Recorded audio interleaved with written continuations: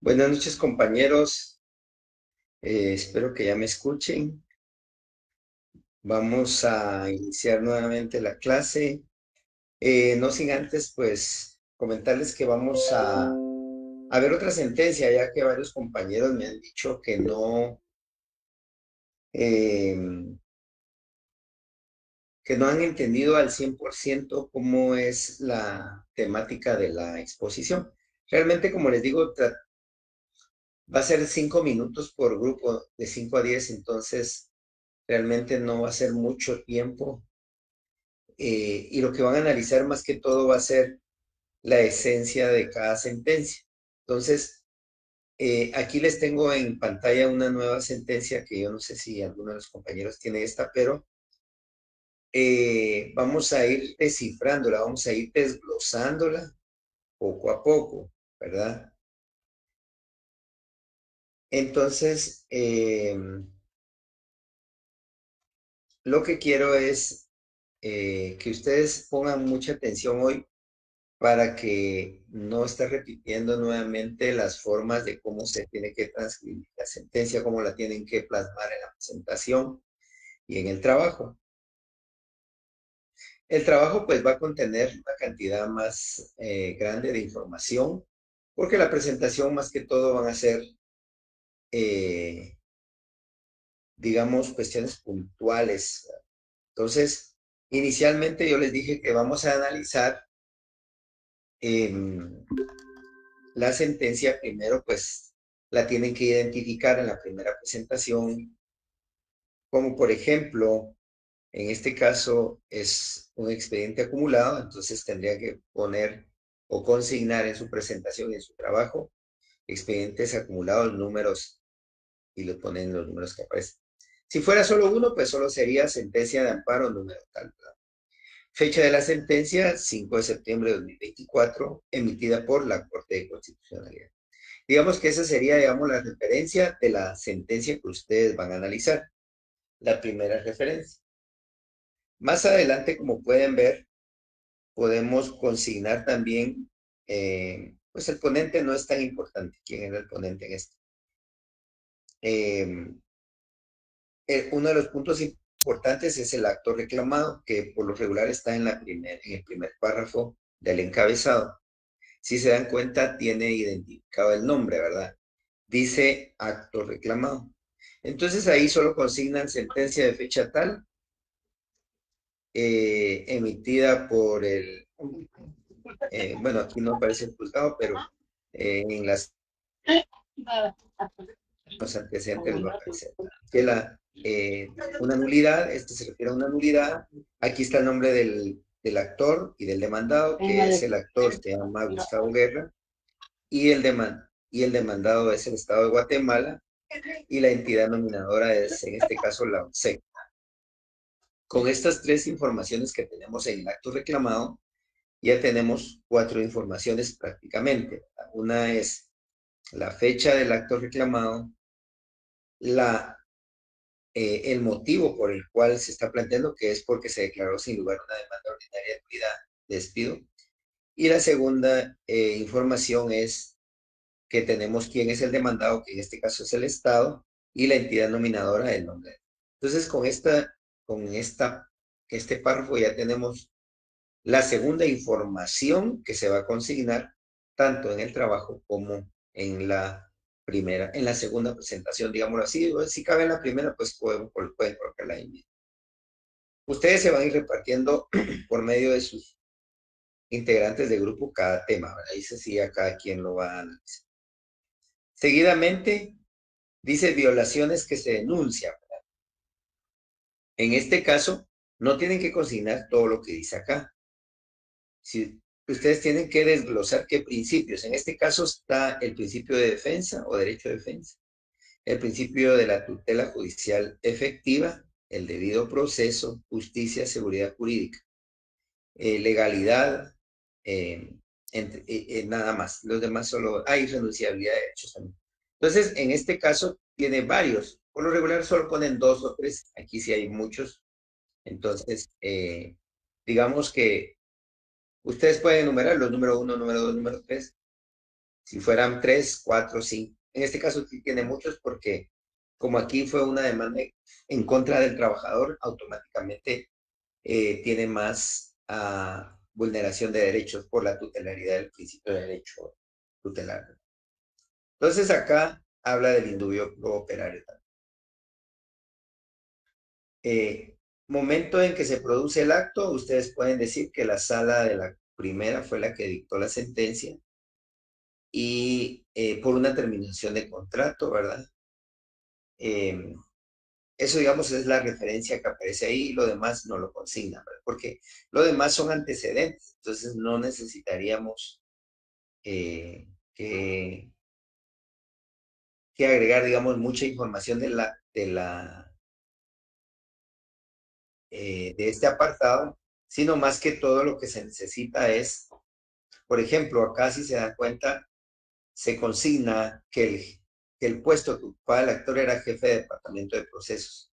Si se dan cuenta, al ser jefe, es muy probable que él era una persona de libre remoción y personal de confianza. Entonces, quizá por eso declararon sin lugar a demanda, pero eso lo vamos a ver ya en los antecedentes más adelante. Pero digamos, y ustedes ven aquí, dice jefe de departamento, ese era el puesto.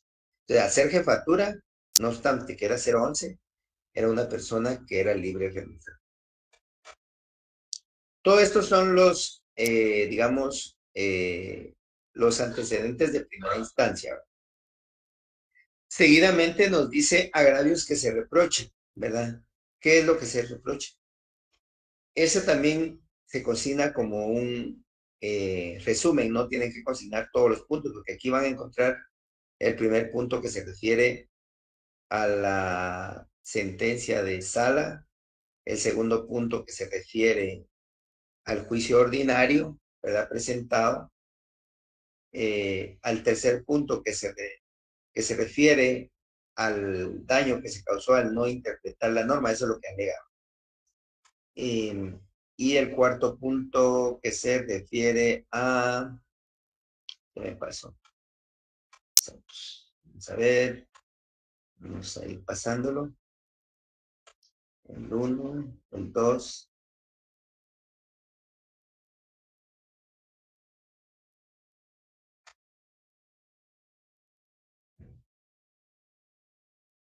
Vamos a seguir bajando porque es necesario ir viendo cuáles son. Ah, bueno, aquí está el 3, ¿verdad? La no aplicación, que ya lo habíamos visto. El número 4 se refiere a... siempre la interpretación de un artículo, ¿verdad? Que es el que está consignando ahí la parte actora, ¿verdad? Que es la que está alegando el puesto que decía el trabajador. En el quinto punto se refiere también a las normas vulneradas. Algo sobre ello está hablándose, entiendo. Eh,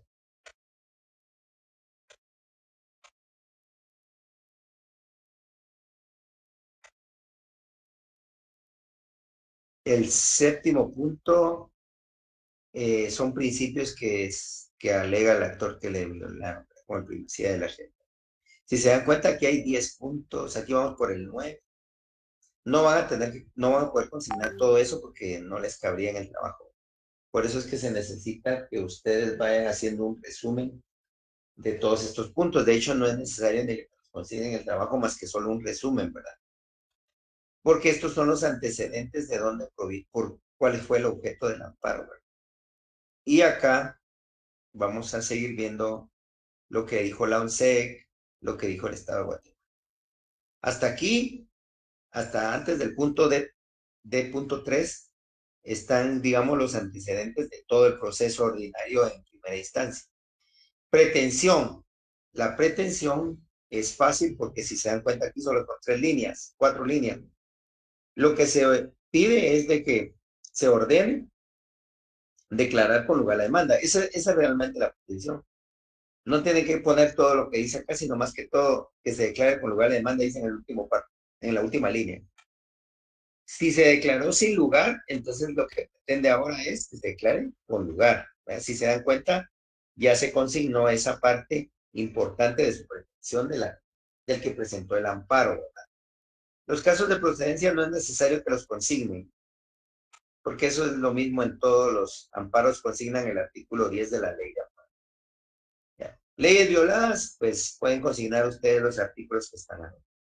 Ahora, hasta acá, hasta antes del título que dice acá, permítanme que se me mueve porque hay personas que están ingresando, entonces interrumpe la, no sabemos.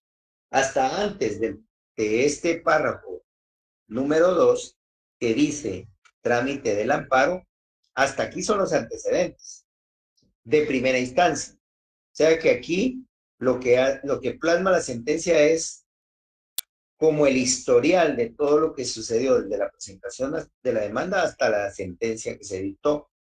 Hasta aquí donde dice República de Guatemala, hasta ahí. Porque aquí, a partir del punto 2, inicia el trámite del amparo. Se recuerdan que yo les dije primera instancia, segunda instancia y amparo. Y este amparo se tramitó en la Corte Suprema de Justicia, porque ahí inicia, ¿verdad? Porque esta sentencia es de la CC, porque es una apelación. Entonces acá, en trámite del amparo, pues no es necesario que consignen toda la información que están ahí si no quieren, más que los antecedentes, ¿verdad? De dónde proviene, qué resolvió la Cámara. Aquí dice la Cámara consideró, y ahí dice qué es lo que consideró la Cámara de Amparos de la Corte Suprema. Esa es la sentencia de amparo de primera instancia, ¿verdad? Entonces, es importante que ustedes digan qué sucedió acá en la Corte Suprema, más que todo. ¿Qué nos interesa saber? Si la Corte Suprema declaró con lugar o sin lugar. Eso es lo que nos interesa más que todo saber. Y eso lo vamos a saber analizando los antecedentes del amparo. Entonces, se me mueve rápido esto. Ahí está, sentencia de primer grado. Consideró, ¿verdad?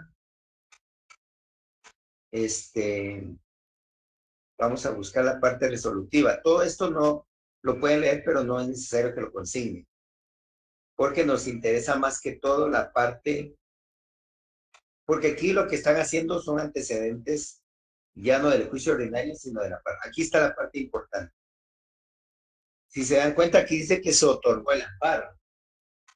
Quiere decir que el amparo en primera instancia fue otorgado. Eso es importante que ustedes me lo digan.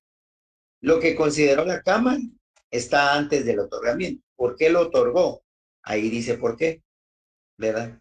Consideró que le vulneraron el derecho a don Gustavo Adolfo y entonces otorga el amparo contra la sala. ¿Por qué contra la sala? Porque la sala es la que dejó sin efecto el proceso en contra de don Adolfo y entonces la Cámara otorgó el amparo. ¿Qué pasa cuando otorga el amparo? Al otorgar el amparo y significa que está revirtiendo lo que resolvió el juez de primera instancia y lo que resolvió la sala, ¿verdad? Está revirtiendo. Pero hasta aquí no hemos llegado al final del amparo porque, como estamos viendo, es una sentencia de apelación de amparo. Entonces, vamos a ir viendo más abajo qué consideró que se restituyera y se ordenó que dictara una resolución donde declarara con lugar la demanda en favor del trabajador. Ahora, hasta acá, donde dice, por lo antes considerado, hasta ahí finaliza el amparo. Porque aquí empiezan las apelaciones. Quiere decir que es el amparo en segunda instancia. Aquí ya inicia el amparo de segunda instancia. Porque en segunda instancia se conoce la apelación, ¿verdad? Entonces, en primera instancia, ¿qué se conoció? El amparo. En segunda instancia, ¿qué se conoce? La apelación de amparo. ¿Quién apeló? Según lo que dice acá, apeló el Estado de Guatemala. Pero como dice apelaciones, imagino que también ha de haber apelado la entidad nominadora. Ustedes pueden decir por qué apeló el Estado. ¿Qué es lo que arguye? Bueno, lo que dice el Estado de Guatemala es que no se tomó en cuenta la jurisprudencia, las constancias, por ejemplo, que lo entonces, la Oficina Nacional de Servicio Civil es la entidad nominadora. Acá lo que dice es que expuso que se vulneraron principios ya de la entidad nominadora, ¿no? Porque ellos están alegando, obviamente, que se revierta lo de la Corte Suprema. Entonces, acá está todo el argumento de la entidad nominadora, con dos, tres líneas, no me tienen que consignar nada más que un resumen muy mínimo, solo para entender, pues, qué es lo que dice la entidad nominadora, qué es lo que... Ahora bien, hasta acá, si se dan cuenta, hay dos apelaciones, una de la ONCE, que es la entidad nominadora, y otra del Estado de Guatemala. A partir del punto 4, si se dan cuenta, están divididos por puntos, ¿verdad? El 1, los antecedentes de primera instancia, el 2, el amparo, el 3, la apelación, y el cuarto es los alegatos. Los alegatos, más que todo, así lo denomina la ley, pero valga la redundancia, son alegatos de cada una de las partes. Aquí en la vista alega el apelante 1, el apelante 2, el actor que es Gustavo Vélez, en algunos casos el Ministerio Público siempre es parte, la PGN, y en algunas ocasiones le dan intervención a derechos humanos, en este caso no, porque no es un proceso de medicamentos, en el medicamento le dan audiencia a derechos humanos. Entonces, ¿qué ustedes pueden consignar ahí en su trabajo? Alegatos de las partes. El actor dijo tal cuestión, punto. El apelante A dijo tal cosa, el apelante B tal cosa, el Ministerio Público tal cosa, punto. Eh, vista de cada una de las partes. Y aquí, si ustedes se dan cuenta, está todo esto lo que dijo el trabajador. Hasta acá. Alega vulneración de leyes, de artículos, alega que le vulneran algún principio ahí. El Estado de Guatemala también alegó en el inciso B, alegó y dice que se declare con lugar la apelación. La entidad nominadora, que es la Oficina Nacional de Servicio Civil, también alegó. El Ministerio Público, mire, no comparte el fallo, dice, o sea, aquí dice que no está de acuerdo con lo que le resolvió la Suprema, ¿verdad? Y obviamente está pidiendo que se declare con lugar la apelación. El MP a veces es muy objetivo, a veces dice sí, a veces dice no, pero se basa más en jurisprudencia. Lo que dice el MP es que el trabajador desempeñaba un puesto de confianza de que era jefe de departamento de procesos y que por ello, pues, sí tiene derecho a ser el Estado a despedirlo. Eso es lo que está diciendo en grandes rasgos. Hasta acá, donde termina la palabra abogado patrocinante, las palabras son todos los antecedentes de primera instancia, de segunda instancia, del amparo en primera instancia y del amparo en segunda instancia. Son cuatro antecedentes. Primero, el del juez de primera instancia de trabajo. Segundo, el de la sala de apelaciones. Tercero, el del amparo en Corte Suprema. Y cuarto, el de las apelaciones en la Corte de Constitucionalidad. Esto es lo que se indica en una sentencia antes de los considerandos, todos los antecedentes del proceso, ¿verdad? Y a partir de aquí, yo les dije que el considerando uno es muy importante porque es donde se centra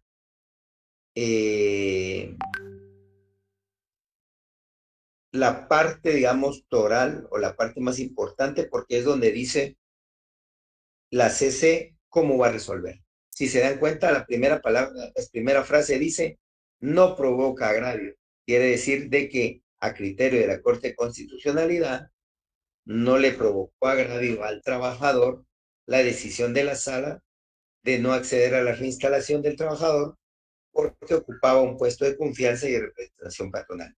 Esa, digamos, es la base principal de esta sentencia y con la cual me imagino la Corte de Constitucionalidad va a explicar en los posteriores considerandos por qué considera de que el trabajador ocupaba un puesto de confianza.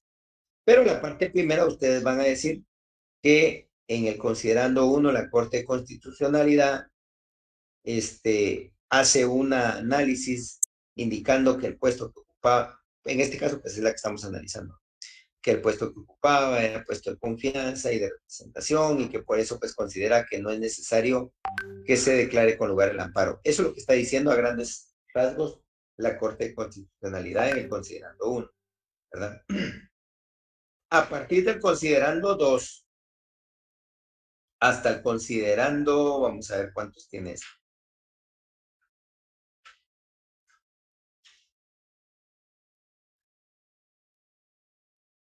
Vamos a ver, considerando 1, considerando 2 y párrafos, ¿verdad? Porque tiene del considerando 2 en adelante, lo que hace la Corte de Constitucionalidad es nuevamente un análisis de todo el proceso, desde primera instancia hasta la sentencia de amparo de primera instancia.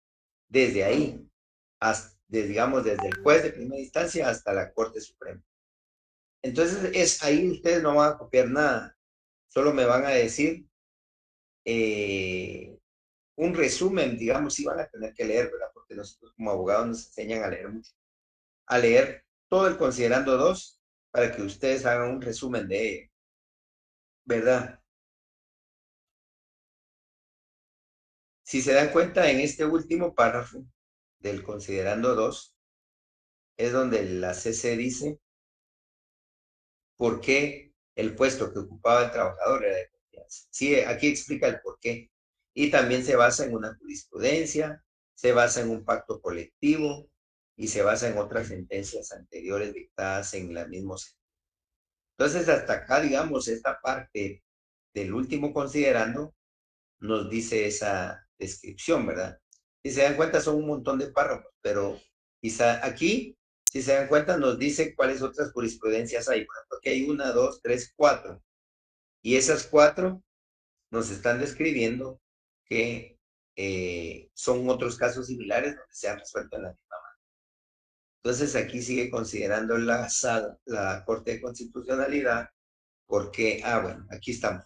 Este último considerando es importante a partir del penúltimo párrafo, ¿verdad? Porque ahí es donde ya dicen, pues, o las Corte de Constitucionalidad en este caso, ¿por qué es inviable la reinstalación? Dice acá, porque ocupaba un puesto de confianza. Pero algo importante, la CC siempre deja a salvo los derechos de prestaciones, porque si bien es cierto, no tiene derecho a reinstalarse, sí tiene derecho a que por haber finalizado el vínculo laboral le paguen las prestaciones derivadas de la finalización. Y por eso aquí en ese párrafo dice eso, que no prejuzga de los derechos que tiene el trabajador para el pago, reclamar el pago de prestaciones. Quiere decir que acá lo que hace la Corte de Constitucionalidad es dar una línea o una,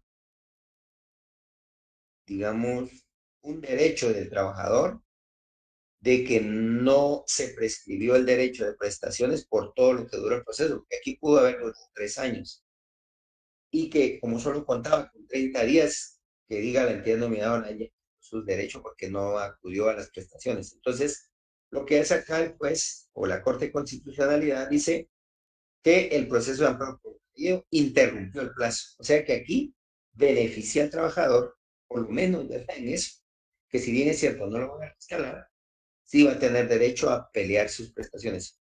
El que lo puede hacer en la vía administrativa, sí, pero si la entidad nominadora no se los quiere pagar, puede acudir a la vía judicial, ¿verdad? Porque ya la Corte Constitucional. Pero es a partir de que la notifican esta sentencia que cuentan los 30 días, ¿verdad? Porque entonces quiere decir que al dictarse la nueva sentencia de la sala, el trabajador va a tener que acudir nuevamente en demanda ordinaria para cobro nada más de prestaciones, ¿verdad? Y puede también al despido y obviamente el despido también tiene derecho a prestaciones. Entonces acá esa es la, digamos, la parte importante en este último párrafo. Y acá en el último, por lo regular, en el último párrafo lo que dice la sentencia es lo referente a las costas y a la multa que se impone al abogado, que en este caso no se impone, ¿verdad? Aquí dice Por razones consideradas, se absuelve el pago de costas y se absuelve el pago de la, ¿verdad? Al abogado patrocinante. Entonces, eso sí también lo van a tener que consignar ahí en su sentencia, perdón, en su exposición, que no se condenó a costas y no se condenó a multa al abogado, por lo que dice el último párrafo. Hasta aquí finaliza, digamos, el análisis del amparo y ya solo quedará que ustedes digan, ¿qué resolvió la Corte de Constitucionalidad? Eso ya está en el por tanto. Pues resuelve con lugar los recursos. Si se dan cuenta, aquí declaró con lugar tanto el recurso del Estado como de la oficina y ordena obviamente revocar la sentencia. Deniega el amparo solicitado por el trabajador y no se condena a costas y pero aquí se impusieron multa también. Se impone la multa de 1,000 quetzales a la que planteó el amparo. Entonces, automáticamente hasta aquí finalizaría su trabajo, hasta aquí, y, ¿verdad? Porque si se dan cuenta, aquí ya están las firmas de los magistrados. Entonces, digamos que eso es lo que tienen que hacer. Si se dan cuenta, yo pues media hora casi para explicarlo, pero porque lo estoy explicando. Pero ustedes ya se van a llevar 5 minutos, solo van a decir, expediente tal, sentencia de la Corte, eh, se alegan los principios tal y tal y tal, primera instancia resolvió tal cosa, sala resolvió tal cuestión, el amparo resolvió tal cuestión, los antecedentes se refieren a tal cuestión y la Corte decidió tal cosa. Pum.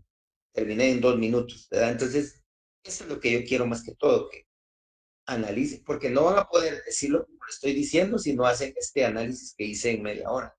Yo lo hice en media hora, eso es lo que les queda a ustedes hacer en grupo, analizarlo, pero ya resumirlo ya es más fácil, porque lo que yo vi en media hora, en un minuto se lo dicté, ¿verdad? Entonces, eso es lo que yo quiero que hagan, el desglose de la sentencia para que lo puedan analizar. ¿Por qué nos va a servir esto? Porque ustedes van a ejercer la abogacía, ¿verdad? Primero Dios, porque ese es el objeto de graduarse de abogado. Y va a llegar algún momento en que van a tener que conocer un amparo, tal vez de otra materia, pero se analiza de la misma manera. Si es penal, si es civil, si es familia, ustedes van a tener que defender a su cliente. ¿Y cómo lo van a hacer? A través de un análisis, de un proceso, cómo se hace en eso. Hasta acá no sé si hay alguna duda para seguir y si no, pues empezamos con los últimos minutos para ver el punto, un resumen de lo que vimos la semana pasada.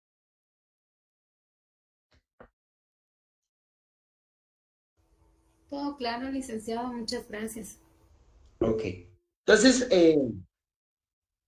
sí, ¿Qué tal? Buenas noches, licenciado. Daniel. Fíjese, yo tenía una duda, pero no conforme a cómo se va a realizar el trabajo, sino que en mi grupo al principio éramos como, si no estoy mal, creo que 10 o 8 personas y ahorita se desasignaron varios y solo quedamos 6. No sé si habría problema con eso. Igual nuestro trabajo ya lo No. empezamos a hacer y solo nos falta como que la parte de ellos, pero Y es lo los de menos, que ¿verdad? se desasignaron ya no están en la clase, No, no se se salieron de una examinaron. vez, pero, o sea, como que Ah. se evaluaron y ahí dijeron como que no, mejor me salgo y hasta ahorita nos lo hicieron saber de que se... Ustedes, digamos, si solo son 6, llegan ustedes el día de la exposición, traten de llegar formales, eso se va a evaluar. No me va a llegar con pantalón de lona, foto, con short, cosas así, ¿verdad?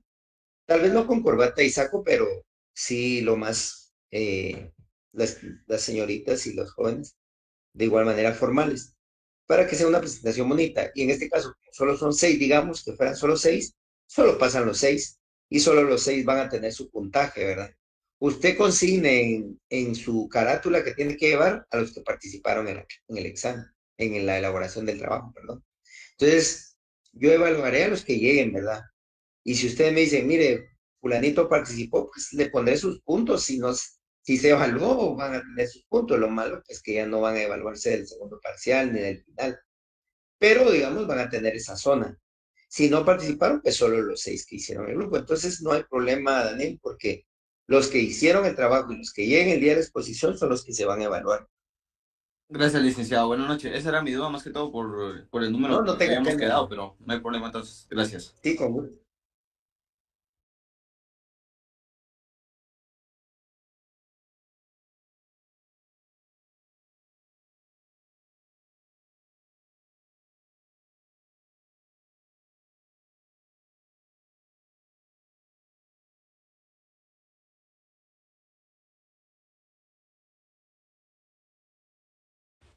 Lick, buenas noches, tiene apagado su micrófono. Perdón, gracias. Sí, es que estaba tratando de conectar el cargador que se me va a apagar. Permítame.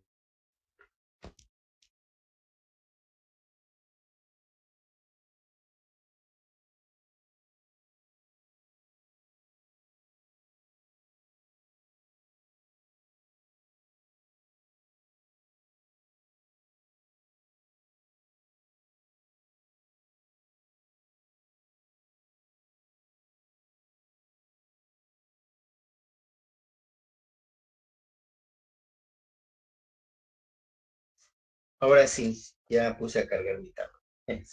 Entonces, hasta acá, nuevamente les pregunto si no hay alguna duda para empezar a hablar un poquito de lo que estábamos hablando. Ya nos queda unos minutos. Entonces, en estos 10 15 minutos que quedan, vamos a ver algo sobre lo que ustedes eh, les expuse a ustedes, perdón, en la semana pasada, ¿verdad? Solo déjenme ver si saco la presentación esta y pongo la... Licenciado, para cuando sea la asistencia dentro de 2 minutos, el tema de hoy ponemos análisis de sentencia o algún tema en específico. Análisis de sentencia y arbitraje pongan. Ah, muy bien. Análisis de sentencia de amparo, ¿verdad?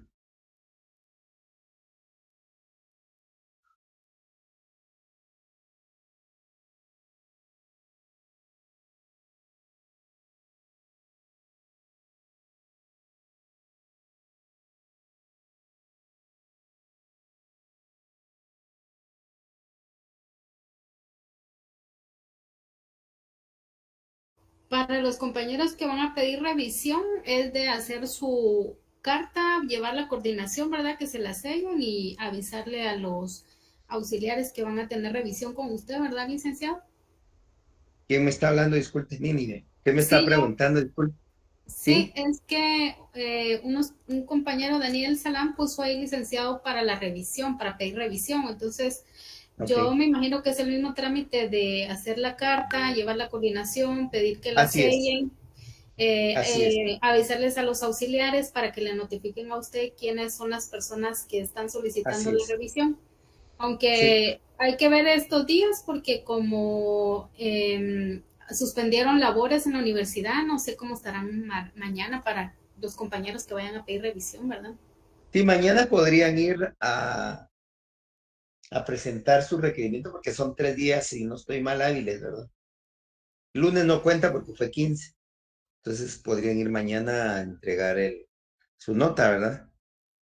De 3 a 7 creo que atienden en coordinación. Ah, bueno, podrían ir mañana de 3 a 7 a entregar su revisión, ¿verdad? Ahora, miren, lo que sí es cierto, yo fui muy benevolente en la calificación y es muy probable que en lugar de subir, bueno, no les voy a bajar puntaje, pues, pero prácticamente les digo, hay muchas preguntas que yo fui muy benevolente y tal vez se tenían que tomar como malas y les dejé un medio punto, ¿verdad? Entonces, es muy seguro que lejos de ayudarles, les podría bajar, pero obviamente no se los voy a hacer porque tampoco se trata de eso. Se los digo para que ustedes vean, porque sí fui muy objetivo en la calificación, les soy sincero. Y acuérdense que algunos tenían asterisco que tenían porque se estaban copiando, porque estaban Gracias, sacando, licenciado. ¿verdad? Ujú. Entonces, sí, tomen muy en cuenta eso. Sí, yo les digo, fui muy benevolente. Si ustedes ven el examen, al menos si alguien lo lleva a pedir, si lo quiere pedir, pues no hay problema, es su derecho. Pero les digo, fui muy benevolente en la calificación. Entonces, eh, no creo que puedan subir nota, más bien al verificar van a ver que tenían tal vez menos nota de la que aparece ahí. Entonces, eso sería.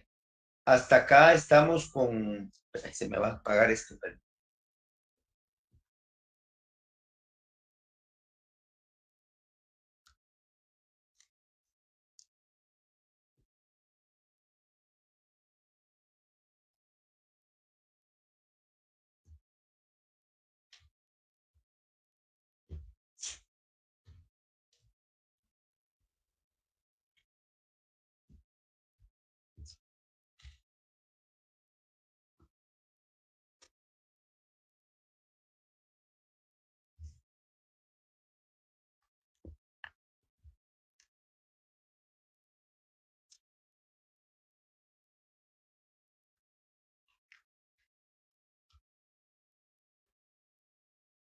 Bueno, ahí estamos.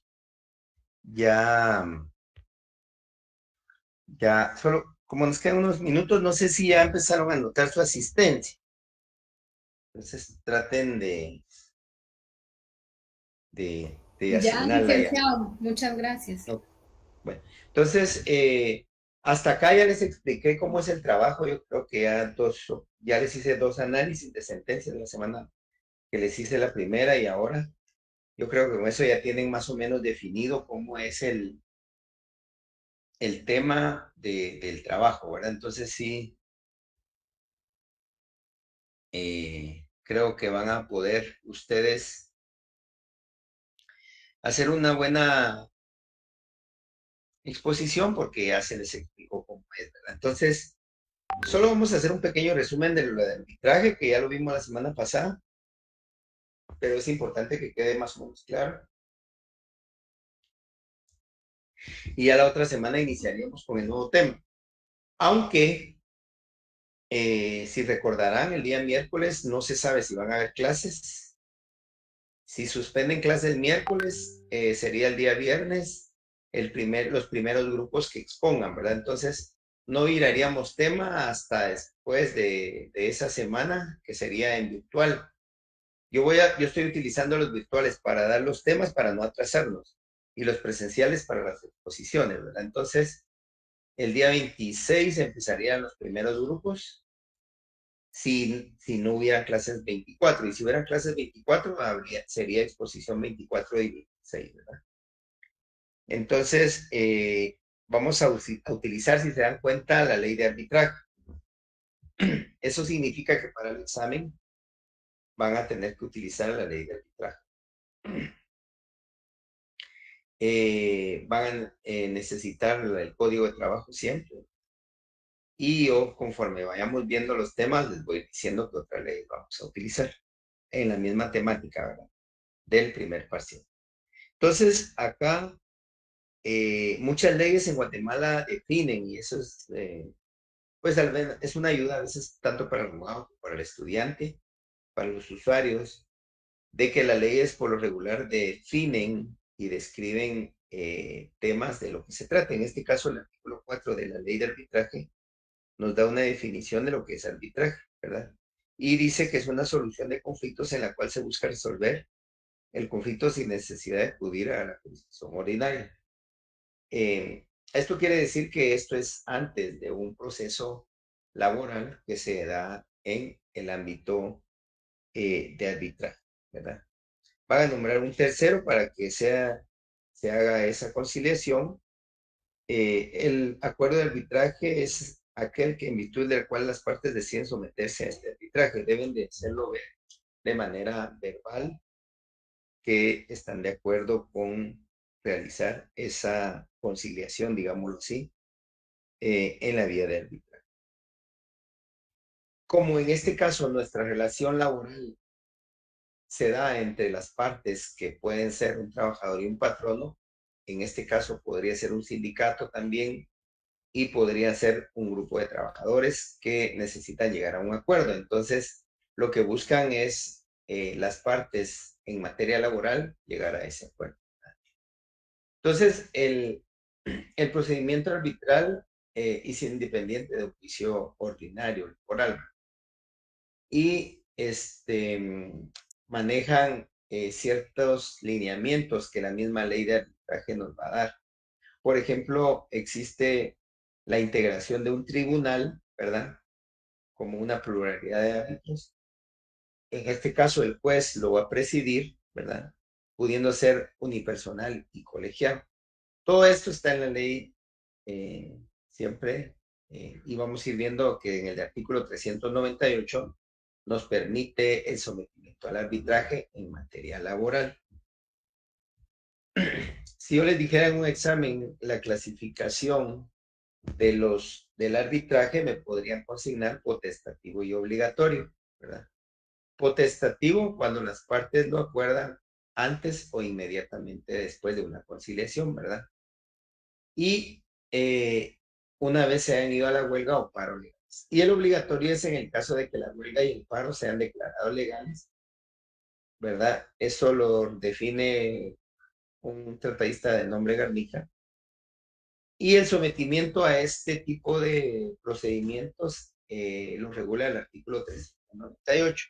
Yo les he dicho que siempre mantengan su código a la mano, ¿verdad?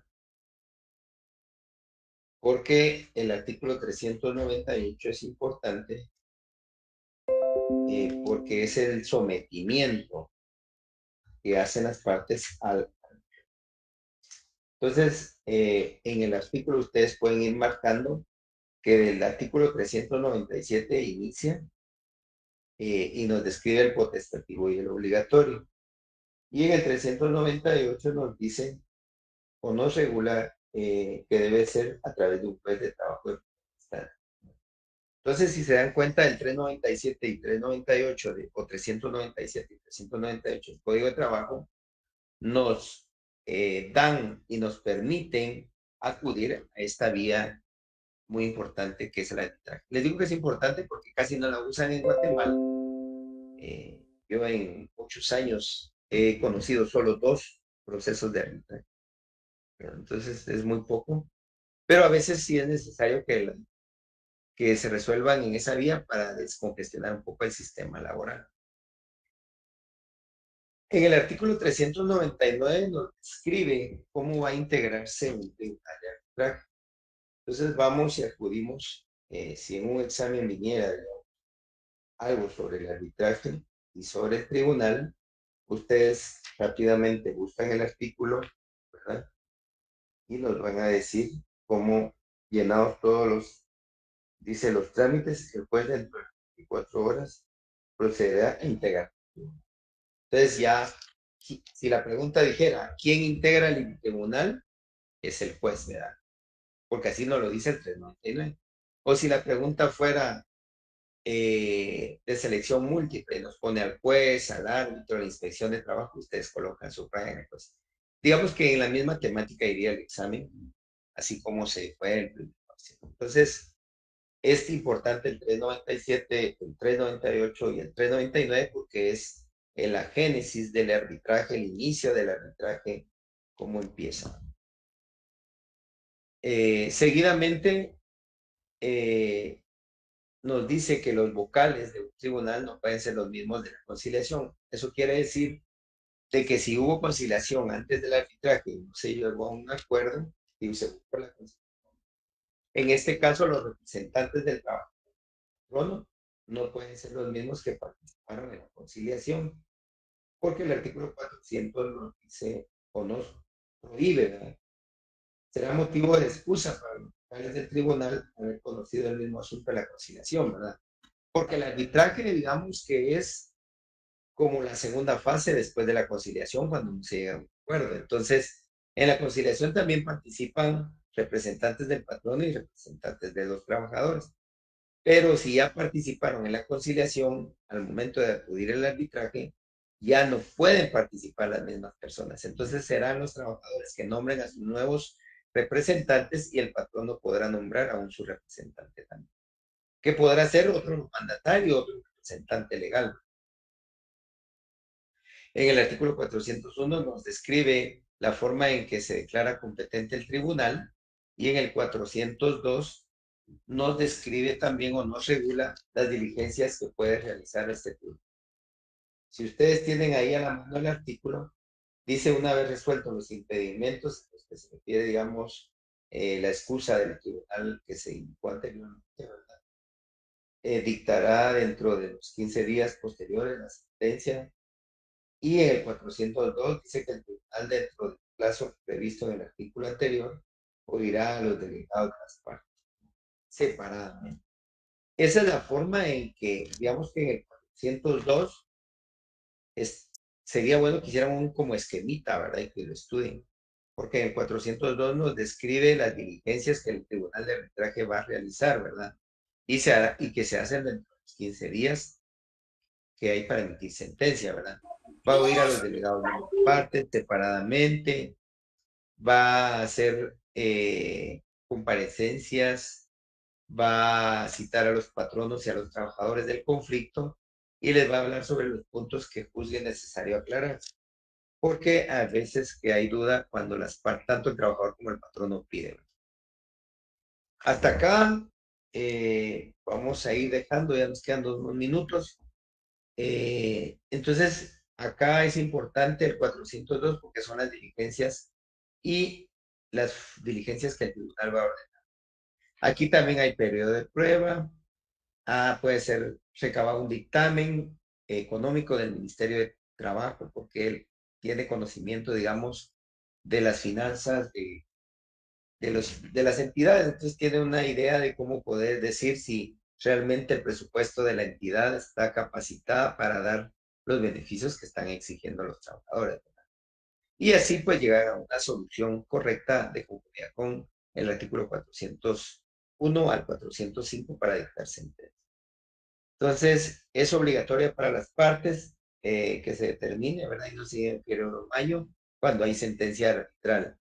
Ahora bien, esta sentencia tiene un nombre especial y podría ser también pregunta de examen. ¿Cómo se denomina la sentencia de arbitraje? Es laudo, ¿verdad? Laudo arbitral, así se denomina el nombre del sentencia. Dejamos hasta acá, no sé, antes de cerrar, yo solo quisiera saber si ya todos se anotaron y si es así, pues vamos a dejar acá y esperamos saludarnos el día viernes. Ya todos están poniendo la manita levantada, entonces creo que ya están.